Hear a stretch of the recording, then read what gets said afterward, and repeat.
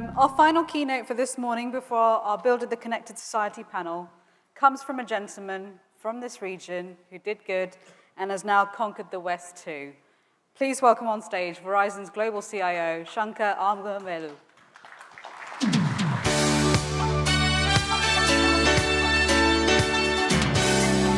Good morning, everyone. How's everyone doing? Awesome, awesome. The energy level is picking up. It's great to see that. It's a thrill and an honor to be here with you. As you have heard throughout this morning's session, 5G is a game changer, right? So if you look at the evolution of the different generations of wireless technology, 1G was about analog voice. 2G came around, digital voice and text came to being, right? So we went from one currency to two currencies. 3G was all about data and apps, right? So now, very soon we realized voice and text became an app as well. So from 2 to 3 currencies, very quickly back to data being the only currency. And then 4G rolls around, more speed, right? Still, data was the currency. Speed and throughput were really the currencies in play. With 5G, it brings 8 currencies to play. Yes, there is absolutely speed and throughput, massive speed and throughput. And as you can see, in terms of peak data rates that we get with 5G, it's easily 10 times what we get with 4G today, right? To the tune of about 10 gigabits per second. And the data volume is about 100 times what we get with 4G today. Above and beyond speed and throughput, 5G is designed for massive connectivity and mobility as well, in terms of being able to support the handoff between towers at the speed of 500 kilometers per hour, right? When you're on a high-speed train, it matters.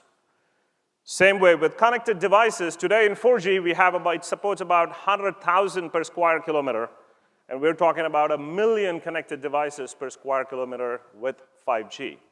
Also, from a service deployment and energy efficiency standpoint, with 5G, we're talking about 10% of the energy consumption of what we see with 4G today, and the time to really create a network slice, if you will, in 4G is roughly around 2 weeks plus. With 5G, it brings it down to less than 90 minutes. Another unique differentiation with this is the latency that the other speakers talked about as well, and reliability. We're talking 5 nines reliability and end-to-end latency of less than 5 milliseconds. And compare that to 4G, you're talking anywhere 80 to 90 milliseconds, right? These are the 8 currencies that is made possible by 5G, right? So today, digital transformation powered by mobility, cloud, and broadband is taking place across all industries. And this opens up a whole new set of use cases when it comes to consumers. You heard about enterprise use cases and industries. To address these opportunities at scale and at increased level of cost efficiencies and flexibilities, it calls out for a specific set of network capabilities as well. And network slicing is a technology that offers exactly that, by being able to create multiple logical networks on top of a shared common physical infrastructure, all the way across the radio access network, transport, and the core, right? So being able to create multiple slices on top of the same shared physical infrastructure. This is key for us to be able to increase our efficiencies and revenues as well. Another disruptive technology that's in play that brings the cloud computing capabilities closer to the edge is what we call MEC, multi-access edge compute, right? So what you're seeing here is really how we look at it inside of Verizon, what we call network as a service built on an intelligent edge network foundation. You have multiple access technologies brought together by one fiber, connecting into a shared virtualized facility on a unified transport, getting into our multi-service edge and the converged core all the way to a data center, be it private or public. What essentially MEC provides is gives that capability to bring that compute closer to the edge from the data centers. And that close proximity significantly helps reduce the latency that we talked about in terms of the use cases that 5G brings to bear. And clearly, virtualization is a big part of this. So really, it's 5G plus network slicing plus multi-access edge compute that truly brings to life the 8 currencies that I talked about before. And at Verizon, we are building our network to support all 8 currencies. So our strategy at Verizon is essentially 3-pronged. In addition to the cost per bit advantages that you get, moving from one generation to the other, same way it was from 3G to 4G, we get the same cost per gigabit advantage going from 4G to 5G as well. But the 3-pronged approach that we're taking here is first focused on 5G mobility, right? It's about defending our market share. We have made it public that we will have 5G mobility rolled out across 30 cities in the US by the end of the year. And as I stand before you, we have more than 15 cities now covered with 5G mobility and more sports stadiums, more than 15 sports stadiums as well. The other part of this is our fixed wireless access, right? So we're taking a mobility-first strategy, and then comes along with it, it gives us an opportunity to really extend our market share by essentially offering home broadband alternative solutions with 5G. And that's really what we are rolling out with 5G fixed wireless access. We have 5 cities that we have rolled out in the US today with fixed wireless access. The third area is really where we're focused on with MEC, our multi-access edge compute, that opens up opportunities for new business models. And that's exactly what we are working on at this point. So in terms of use cases, you've heard many examples cited before. Yes, clearly consumers are going to benefit from 5G as well in a big way, whether it be real-time cloud gaming, AR, VR experiences, streaming 4K, 8K, video content, being able to download 4K movies, for instance, in a matter of seconds as opposed to minutes, lots of use cases. But you should note, most of the additional currencies that I talked about, outside of the speed and throughput, when we talked about the 8 currencies in 5G, they were designed with businesses and society in mind. 5G will usher in the 4th industrial revolution. Clearly, we heard from the previous speakers as well in terms of the use cases that are being explored, improving automation in industries, manufacturing, smart cities, blending the different technologies, whether it be robotics, 3D printing, artificial intelligence, industrial IoT, et cetera.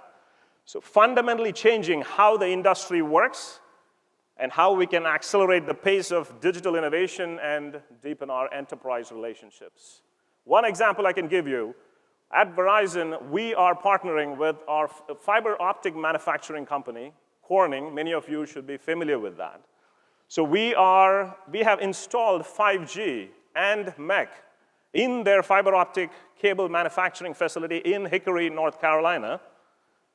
And we are running multiple tests with them to really explore all the different use cases in manufacturing, whether it be around autonomous guided vehicles, whether it be around industrial IoT, massive sensorization for asset management purposes, and also using computer vision and high-speed video analytics when it comes to safety, quality, and being able to really figure out how they can take their efficiencies to the whole new level.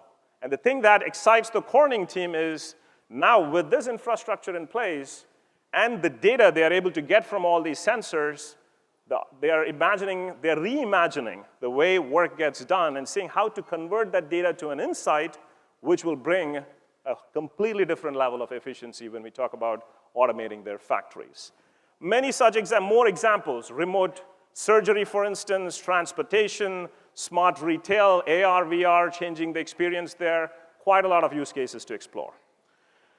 All right, to bring this together, right? Connectivity is like electricity in the digital age. So as an industry, it's upon us to really figure out how do we build that future beyond connectivity and think more along platforms and applications. So how do we do that? So what I'm talking about here is a simple framework we call the Preserve, Strengthen, Transform framework. This is what we use internally within Verizon for our entire Verizon 2.0 transformation as well. All it talks about is, what are the capabilities that we absolutely have to preserve? What are the areas where we'll have to strengthen our capabilities? And what are some of the new capabilities that we'll have to build as an industry? So take, for instance, right? All of us here have our smartphones, and our smartphones work no matter which part of the globe you go to, right? We pretty much take it for granted. And it works. Why? Because of that strong multi-operator partnerships that has made it possible. And that's a simple use case, but nonetheless something that was very compelling to show the kind of partnership that multiple operators, when they come together, what we can provide. So building on that theme, that's clearly something that we'll have to preserve as an industry. How do we continue to build on that partnership? So strengthening, so when we talked about all these new possibilities with 5G, it requires our collaboration to be up a few levels, whether it be offering these hybrid cloud services with network slicing, MEC, et cetera, with end-to-end service level assurance as well, that closed loop assurance. And those are something that is just not talk. Within TM Forum, I can give you some examples. Over the past couple of years, multiple operators, over 10 plus operators have come together to demonstrate the art of the possible. And I would highly encourage you to take a look at the Blade Runner Catalyst and the Skynet Catalyst as well, which essentially proved the same thing. What is possible, for instance, location agnostic remote repair? How do you make that happen with multiple operators in play with that end-to-end service level agreement and that guarantee, right? So those are some of the things that we'll have to build our muscle.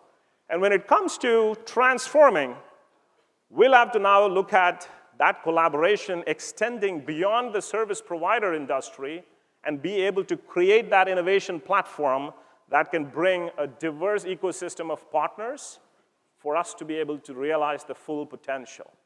And that is truly what is the art of the possible. Several things have to be true for us to make that happen, along with zero-touch partnering being one of them, right? So as you have seen through the morning session, 5G is absolutely a game changer. And it is exciting to be working in our industry at this point. And together, let's build that future, all right? Thank you.